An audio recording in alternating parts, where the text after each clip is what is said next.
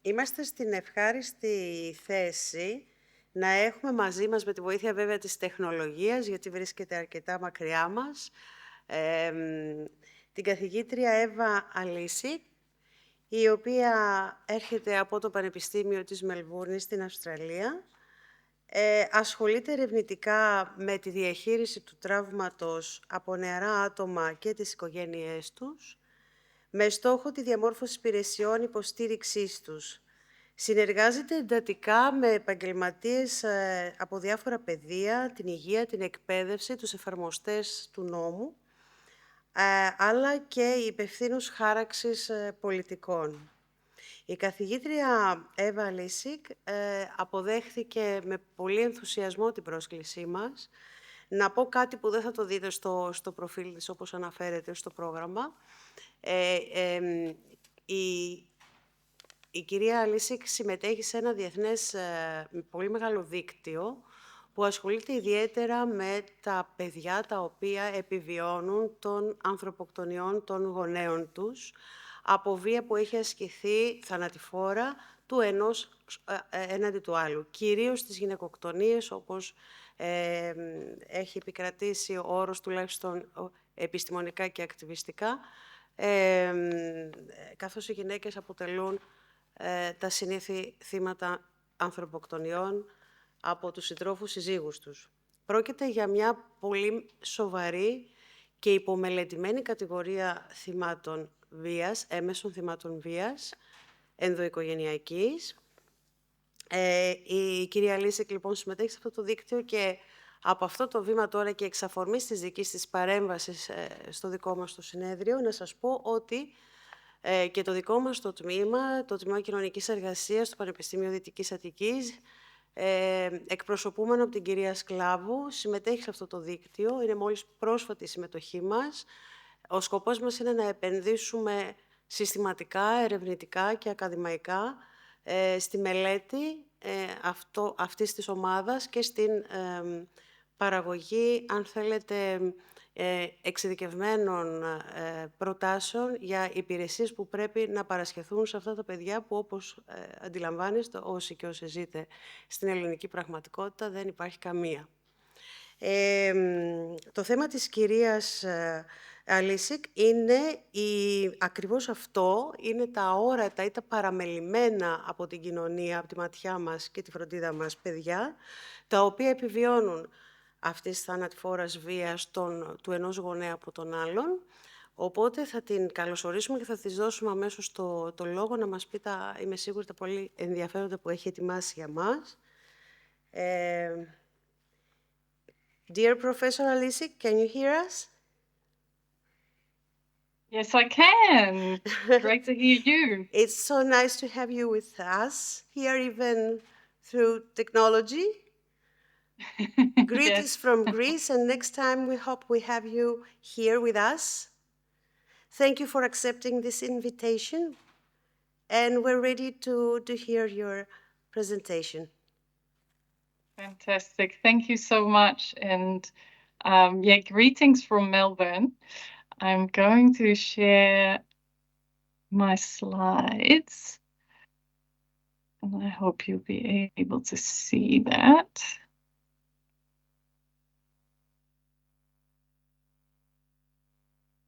Is that working for you? Yes, you can proceed. Okay, great. So you can see the slides, right? Mm-hmm. Great. Yes, thank you. Wonderful. Well, congratulations on this first international conference. Really fantastic to be able to participate in it, although I would have much rather, of course, been within the same room as you all are. But it's also fantastic that online does work. So I'm very pleased to be able to talk here, and as I often try to do, really give attention to children and young people who are affected by the extreme end of domestic violence in the sense of intimate partner homicide. And to start with, I wanted to share immediately the voice of somebody who has personal lived experience. And I should, of course, say that my presentation might be confronting at some points. I won't be showing any graphic images or share very detailed stories. But obviously it's a tough topic, and that applies probably to many of the presentations that you are having these days. So to start with Catherine's story. And Catherine has lost their mother at the hands of their father when they were a baby, when they were a couple of months old. And this is a recording that they made themselves. I'm 12 years old and in my first year of high school, and a new friend asks me what my mother does for a living. I'm standing in the doorway of a classroom and I can't move. Everything inside me feels chaotic, a jumbled mess of thoughts and feelings, my brain scrambling for the right words to get me out of the conversation that I know is about to occur. I feel my new friend staring at me, waiting for an answer that I don't know how to give. She's dead, I said quietly. My stomach turns as I wait for the follow-up question. It always comes. Kids are curious and not well versed in social cues. How did she die? He asks. And my face turns red and there is this hollow, nauseous ache in my guts that I would later come to recognize as shame. I say nothing because I don't really know. I don't know how to explain it. Nobody has ever really explained.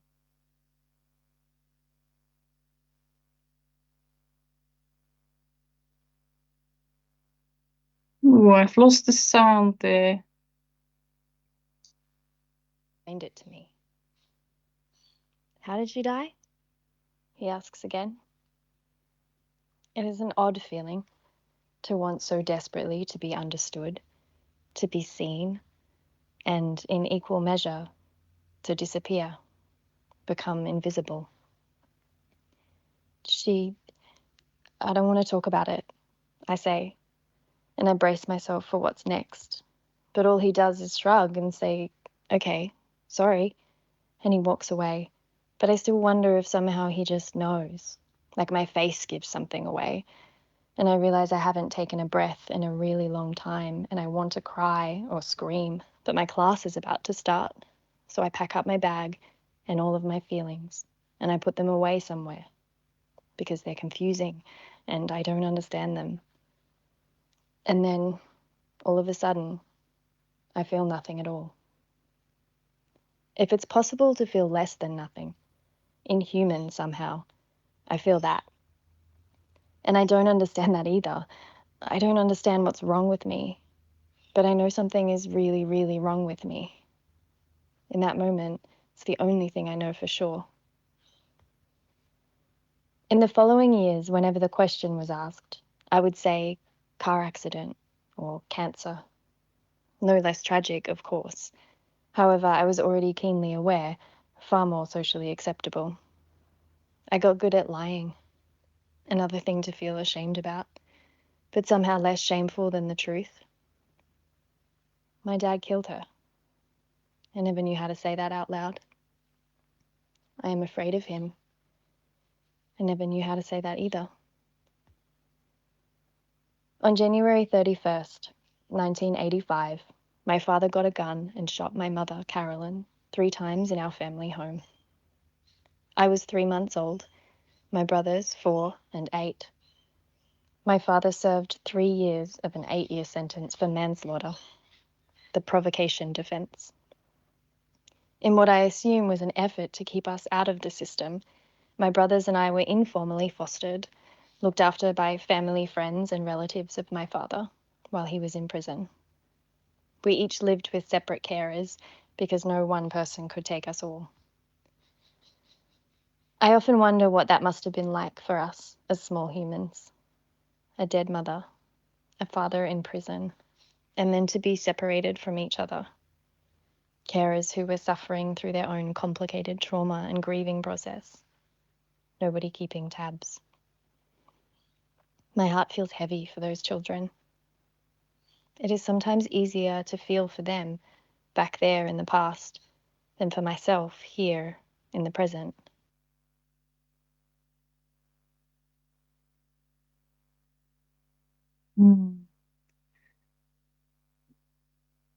That is Catherine, and we'll hear a bit more from Catherine later on in my presentation. And what I would like to do today is to give you a little bit of an overview of what we know about the experiences of children in terms of numbers and research information, and really focus on their perspectives of people with lived experience like Catherine, and also the experiences of caregivers of children and young people bereaved by domestic homicide, and then move to some more practical implications when providing support, things to consider, and also on a more abstract level, what policy actions to consider, and then finally a little bit of news about what we're doing at the moment as with our team and how to get involved. So parental intimate partner homicide, losing a parent due to intimate partner violence, we know very little about the children, but what we do know is that UN every year makes a calculation of the number of women and girls killed by intimate partners or other family members. And in 2023, the most recent data, this figure was 51,000 women and girls, one every 10 minutes. Of course, many of these women would have been mothers, and then there are people of other genders who were also killed by intimate partners. So in total, a substantial number of homicides, and very few countries, and actually I don't think there's any country that systematically then counts the children who are bereaved. Our guess, and really a guesstimate, it's really very limited data that we base that on, is that around the world about 55,000 children are bereaved, losing a biological parent due to intimate partner homicide. But of course, there are so many more children affected by it, thinking of non-biological children in a household, children of the neighbors. In Catherine's case, for example, their mother was a teacher. So imagine classrooms of children being affected by such a homicide. And then also, of course, other types of situations, for example, suicides that are related to domestic violence.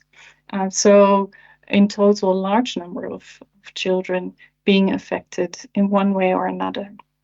But if we focus on the more narrow definition at the moment of a child losing a biological parent due to intimate partner homicide, then a common scenario, just combining what we found in terms of characteristics, would look like the following. So a mother being killed by father, usually at home, with, in most cases, the children at home when it happened. And we've often come across family members and clinicians who said and hoped, I think, that the children were asleep when it happened. And that's, of course, possible and might be protective at times, but we've come across quite a few children who knew details of what happened that they couldn't have known if they were truly asleep. So I think it's important for us to be aware that we really need to be very careful with that assumption. And the children, if they have been at home, have often been exposed to graphic scenarios. So the most used weapon or weapons were cutting weapons and firearms, so creating graphic scenes. And in many cases, the children had been exposed to violence already at the home previously, even though, and this was something I found very shocking in the research, as well. I mean, it's all shocking, of course. But the fact that approximately 40% in a particular study that we looked at of the children had never been seen by a service. So you imagine a burden of domestic violence on the children already, and then this homicide happening. And overall, as you can imagine, these children going through multiple losses. So at once, they've lost at least one parent and often both parents. They have to move outside of their home because it's a crime scene and there are no adults at home anymore in many cases. And if they have to move home, they often have to move school. And then, of course, a loss of identity. All of a sudden, everything is turned upside down, also in terms of who they are. The child of a victim, the child potentially of a murderer. How do you have a sense of identity in that? And that's also what Catherine was just talking to. And in that situation, there are these fundamental decisions that professionals are also confronted with providing advice about or taking part in, like what is the information that is provided to these children, where will the children be placed, what will their living arrangement be, what do we do with regard to contact with the perpetrator if that person is a relative, and what kind of support is offered to the children. Now, in terms of what we know about the impact on children and young people in these situations, there are a range of impacts, as you can imagine, psychological in terms of post-traumatic stress, traumatic grief, but not only those, of course, depressive symptoms. We also see externalizing behavior, and then social consequences. For example, of course, new attachments that have to be formed, and that's not self-evident, of course, to start trusting people again, new caregivers. Physical impact, children showing weight changes, for example, or developing new health concerns, like we saw asthma in some of the studies. So this is I'm summarizing here based on the international literature that we had a look at. And academically, occasionally we see children who kind of compensate at school, maybe even where they still continue to do really well. But in many cases, there are also drops in school performance. As you can imagine, if you can't concentrate due to everything that you've been through, it's very difficult to keep doing school as before. So if we look at that in a bigger picture in terms of the factors that are related to these outcomes for children, and again, here we're summarizing international studies. There are factors like before the homicide, related to the homicide, and afterwards.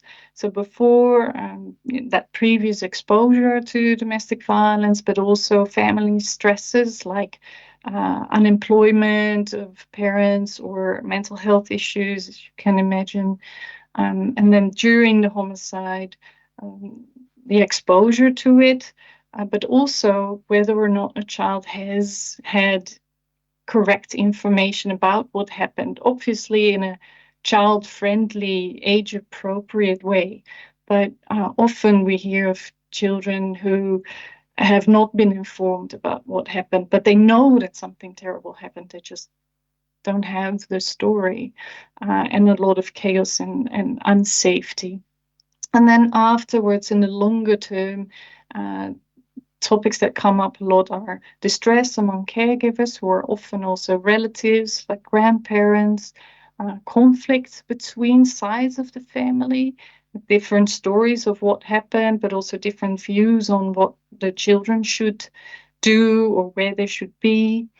Contact with the perpetrator is often a cause for substantial distress and a lack of mental health care and social services. Now, you may have wondered about that little creature on my slides, and I wanted to do a little intermezzo to explain that to you, because these illustrations have been made with a group with people with lived experience and a professional illustrator for a blog post series that we made for a more general purpose. And they chose this creature, which is a rhino beetle. And a rhino beetle is indigenous to Australian fauna. So it's a native Australian animal, and it goes through metamorphosis and eventually develops this little horn that you see there on this picture. But the sense of this little character going through metamorphosis and eventually being one of the strongest beetles out there. So there is a really positive message within that as well. So we'll see a little bit more of the rhino beetle. And with that, I wanted to move to really the core of what I wanted to talk about, the perspectives of people with lived experience. So lived experience as a child, but I'm bringing in a few studies that we did with both children and young people, but also with adults who look back on their childhood.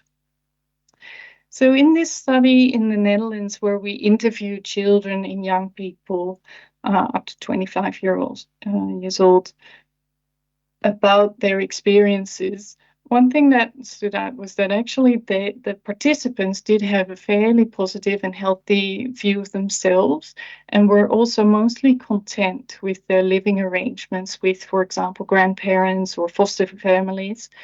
And of course, you need to keep in mind that these are participants who are willing to participate and ready to participate. So that says something about how well they're doing as well. So I'm not at all claiming that that is representative of all young people, of course, who have been through this, not at all. But it was good to see that. And yet, even within our group of participants, there were substantial difficulties that they experienced. And these were probably unsurprisingly really strong distress, mental health difficulties, these conflicts between family members weighing on children and young people, and feelings of not being safe, persistent fear, often related to the person who killed their parent. And what really stood out to me was also this strong variation between children in their views, not only in their self-image, but also in the image of their parents and of their broader family environment, especially also between siblings. So to me, that really conveys that we can't assume anything. For example, with regard to whether a child wants to have contact with a parent who might have committed the homicide,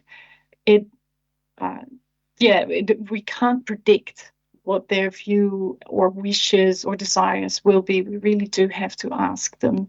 And knowing of one sibling doesn't mean that another sibling would have a similar perspective. We then move to young people and adults in Australia who look back on their childhood. We see some themes that also resonate with what Catherine was talking about, this sense of stigma and silencing and isolation, an absence of child-centered approaches, so very much focused on, actually really difficult to navigate for families in general, but not very child-focused, and a deep impact on their daily life at home, as well as at school, where there was limited trauma-informed care, and the same for mental health and peer support. So there were positive experiences for these participants, and there were people who really did feel their environment was very helpful, or that they got really good mental health or peer support. But they were more like the lucky few, and it wasn't by design that happened. It was more that they happened to come across a really good professional or a good group of peer support colleagues in a way. But that is not available across the board, which is what we would want, of course. And one thing I wanted to dive into a little bit further is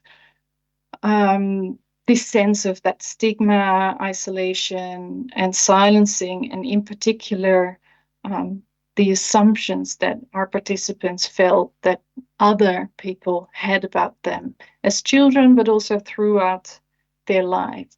And so you see here, the first one is nothing to see here, which is a total disregard for what happened, and it's not talked about at all. So total silencing.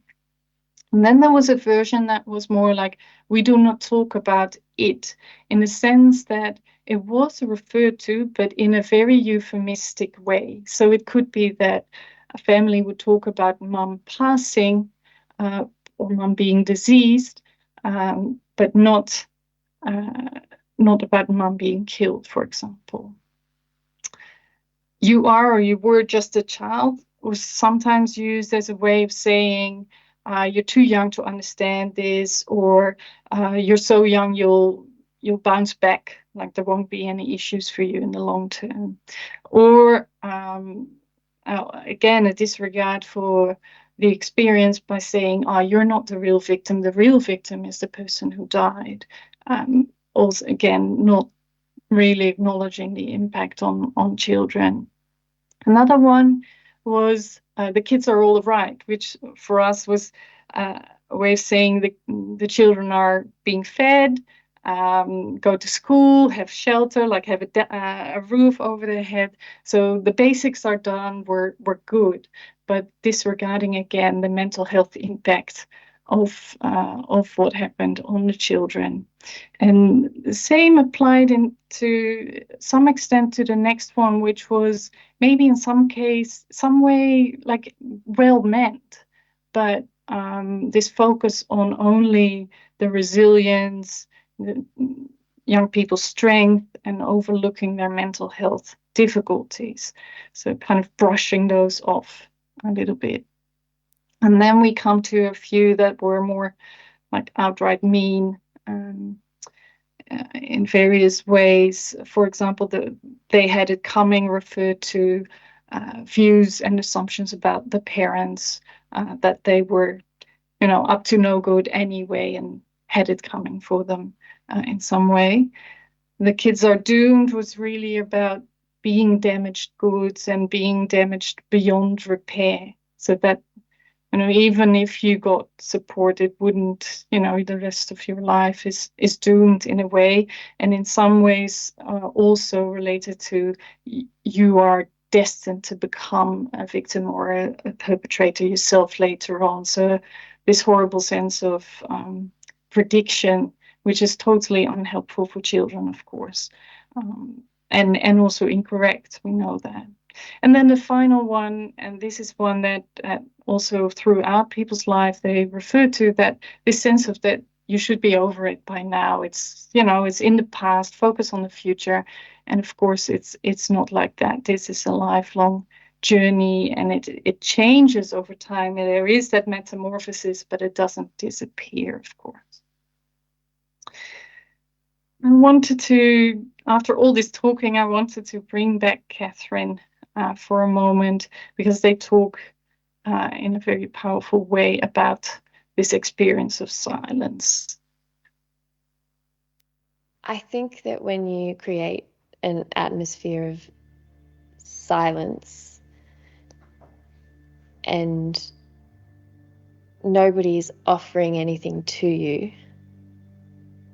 and nobody's asking you anything, obviously you get a pretty clear message early on that it's not okay to talk about these things. It's not okay to ask questions. I've always thought that even though what happened, the event was awful, there was always how it was dealt with afterwards that really damaged me, I think, and that I've spent my adult life kind of trying to heal from and recover from. And I don't think that I've always felt like not enough people understood how damaging that was, including people who, you know, really meant well. You know, my foster family and friends of my mum's, and I, in an effort on their side, in an effort to sort of protect me, I think, or themselves, maybe a bit of both, from those conversations. They actually made things so much worse, which is a hard thing to say because a lot of these people I know really loved me and would probably hate to hear that it was so horrible, that that I felt so afraid and that I didn't feel like I could talk about it. But I think something I've wrestled with for a long time is like, whose responsibility was it to overcome their own, whatever they were having difficulty with, in order to make that better? And for a long time I thought, well, it's my fault because I didn't say anything, or I didn't somehow communicate to people that I was having a tough time. But you know, the older I get, the more I'm like, well, I was a child and the adults didn't say anything. And that is so, whether that was out of fear or shame or trauma or whatever it was, it really made my life very difficult, my childhood, and in a way that it didn't need to be, despite what had happened.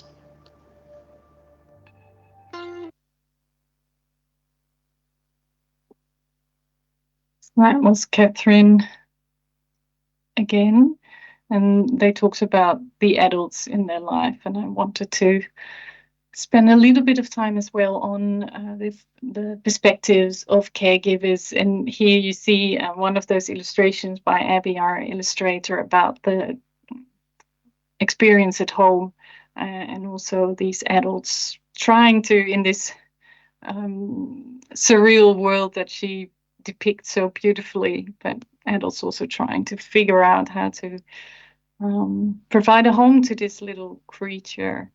And we did also do qualitative interviews with caregivers, and across approximately interviews with about 40 people across different studies. So I'm summarizing that together here. But the key challenges were really around bringing the children into this family and existing household, and the challenges of getting to know each other's routines and personalities and finding a new cohesion with one or two or more extra children in there. Dealing with the person who committed the homicide and also with relatives was very challenging, and caregivers felt that the perpetrators often overstepped all kinds of boundaries in terms of, for example, demanding contact and finding ways to continue having contact, leading to substantial distress in many cases.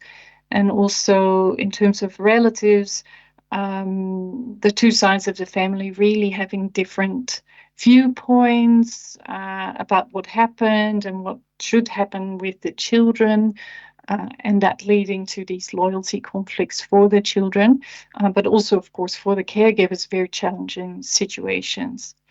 And then with regard to services, there was this sense of services being under-resourced and under-prepared, so often with limited time, with young staff members who hadn't had a lot of experience and a lot of turnover in staff, which meant that caregivers had this sense of having to manage the services rather than the services supporting them.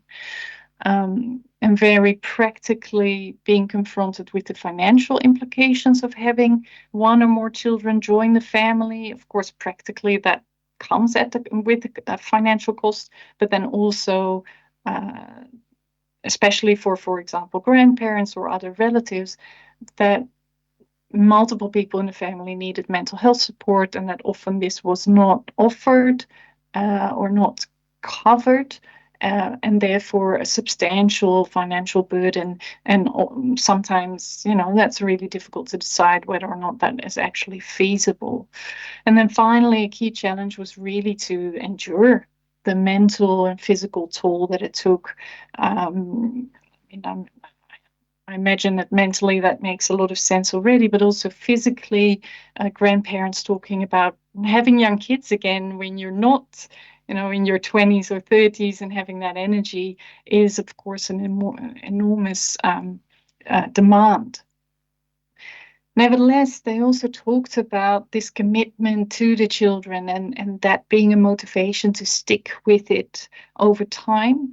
And they did talk about positive outcomes as well, turns of events, and finding it worthwhile and very meaningful to be that support person for a child. And so I had two quotes that I wanted to read to you about that. And the first is about this connection with services that changed over time for the better. So here this caregiver says, but because the father is so incredibly difficult, the perpetrator, and has also engaged in several complaint procedures with youth services advised us, essentially keep your distance, try to use us, the services, as a buffer. And that's what we're still doing. And thankfully, it's going very well now. We had a very bad relationship with youth services because they went against our ideas. But thankfully, that has completely changed and they are fully on our side. And we've seen that in the research a couple of times, that these caregivers can make assessments of how the children are doing or particular risks that are in the family. And the services didn't always take that seriously until there was some kind of incident that all of a sudden showed it very clearly that was a proper assessment previously, and that then sometimes changed that relationship. And then the second quote is this one, also from a caregiver who was a grandparent, and they said, the guardian once said, it would have been better for you if the children were put in a foster home, then you could take care of yourself, like your own grief. And the caregiver then said, I don't agree. I really don't agree. If I hadn't had those kids, I might not even be here. You have to go shopping again. You have to go to the swimming pool, you name it. All you have to do in life again because those children are there. I think that has been very good for us. And really, multiple people said that the children gave them a purpose again in life, and also often connected to their family member who had been killed. Now, considering of the time, I still wanted to briefly point you to a few practical implications. And this image is of children's experiences in the legal system. And you can see a whole maze here, a little bit like Escher, if you know that artist, where our little rhino beetle is trying to find its way through this incredibly complicated and difficult environment. Which is also not only for the rhino beetle itself and for the children, young people themselves, but also for caregivers and for professionals, very complex and frustrating. So in terms of practical implications and tips, I don't really feel that we're at a point, or maybe never at a point, where we could give very straightforward tips in the sense of you have to do this and don't do that.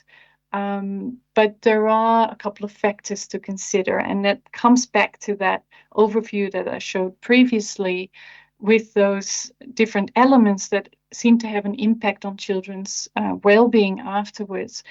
It seems useful to look at those elements and consider them. For example, what do we know about caregivers' well-being at the moment? Do they need more support?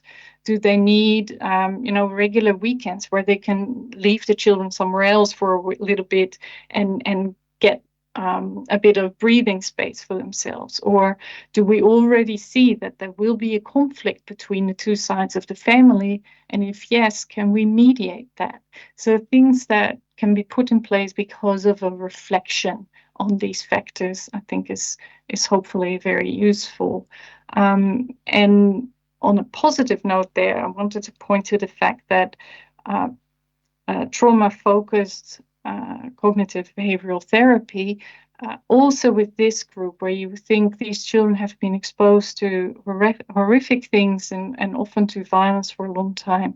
But this study by Suzanne Soidas showed that 75% of the children that were in this particular study of clinical treatment improved. So it's really worthwhile providing that mental health support. Then moving to a slightly more abstract level of my wish list of policy action, focused on Australia, but I think a lot of that can also apply to other countries and regions. One is, as I started with, we need to know how many children we are talking about. And if we know that, then we can provide this comprehensive and really systematic support, including trauma-focused and grief-focused treatment, support for caregivers, and support for professionals, because often they, depending on what role they have, but they may not always have had so much expertise and training in this space at all. And also with regard to schools, I think we can support schools a lot better, also from a policy perspective. And then with regard to people with lived experiences, suggestion of more peer support, that seems really important, and also to involve them as much as possible in service design and have this overall child rights focus and child-centered approach. Now, where is our team up to in the next little while? We're continuing research in Australia for the next few years. Action research, we're really aiming at changing things while we're studying them, including a peer support pilot, so hopefully putting in practice some of what I just talked about. And then internationally, we're really building an international repository. And what I mean with that is a library of sorts of materials, for example, clinical materials like these videos that you just saw, protocols that are available in some countries, research data if that's possible, with the sense that if there is somebody in a country, and that could be a clinician, could be a researcher, could be a person with lived experience wanting to advocate, that they find this hub. That means that they don't have to invent the wheel from scratch. And what we're currently, or in the next little while, be doing is really identifying what's already been done across countries, and then shaping that repository together, and hopefully also supporting new initiatives, new research, but also new policy developments, for example. And with all of that, with people with lived experience being very much involved from the very start. Catherine is involved, for example. And if that is of interest to you, then feel free to get in touch.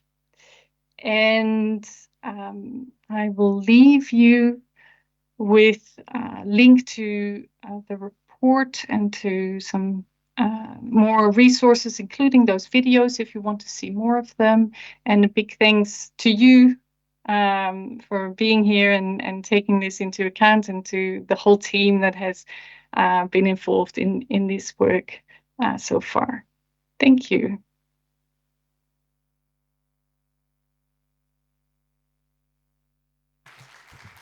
Professor Alisic, dear Eva, thank you very much. Thank you for the excellent and vivid presentation. Hope to see you soon, and next time to be here with us. Thank you very much. Yes. Thank you so much. Have a fantastic rest of the conference.